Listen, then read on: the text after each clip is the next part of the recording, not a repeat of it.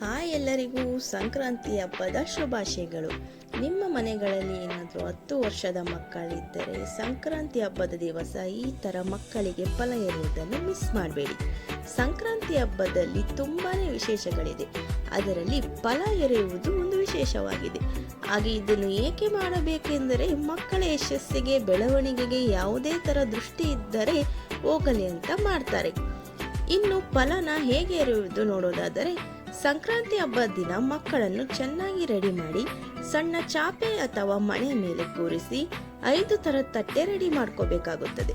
ಮೊದಲನೇದಾಗಿ ಎಲೆ ಅಡಿಕೆ, ಹಣ್ಣು, ಹೂವು ಒಂದು ತಟ್ಟೆಯಲ್ಲಿ ರೆಡಿ ಮಾಡಿ. ನಂತರ ಎಳ್ಳು, ಬೆಲ್ಲ, ಸಕ್ಕರೆ, ಕಬ್ಬಿನ ಅಚ್ಚು, ಬಾರೆಹಣ್ಣು, ಕಾಯಿನ್ಸ್ನ ಬೇರೆ ಬೇರೆ ಪ್ಲೇಟಲ್ಲಿ ರೆಡಿ ಮಾಡಿ. ನಂತರ ಸಣ್ಣದಾದ ಪಾವನ್ನು ತಗೊಂಡು 5 ಥರ ತಟ್ಟೆಯಲ್ಲಿ ಇಟ್ಟಿದ್ದನ್ನೆಲ್ಲ ಸಣ್ಣ ಪಾವಲ್ಲಿ ಹಾಕ್ಕೊಂಡು ಮಕ್ಕಳ ತಲೆ ಮೇಲೆ 3 ಸಾರಿ ಫಲವನ್ನು ಎರಿಬೇಕಾಗುತ್ತದೆ. ನನ್ನ ಮಕ್ಕಳು ಸ್ವಲ್ಪ ತರಲೆ ಇದ್ದಾರೆ. ಕಡೆಯದಾಗಿ ಮಕ್ಕಳಿಗೆ ಆರತಿ ತೆಗೆಯುವುದನ್ನು ಯಾವುದೇ ಕಾರಣಕ್ಕೆ ಮಿಸ್ ಮಾಡಬೇಡಿ.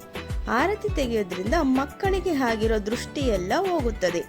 ಹಾಗೆ ಈ ಫಲನ ಗಂಡು ಅಥವಾ ಹೆಣ್ಣು ಮಕ್ಕಳಿಗೂ ಮಾಡಬಹುದು. ಹಾಗೆ ನನ್ನ ವಿಡಿಯೋ ಇಷ್ಟವಾದಲ್ಲಿ ಶೇರ್ ಮಾಡಿ, ಲೈಕ್ ಮಾಡಿ, ಕಮೆಂಟ್ ಮಾಡಿ. ನನ್ನ ಪೇಜ್ನ ಫಾಲೋ ಮಾಡೋದನ್ನು ಮರಿಬೇಡಿ.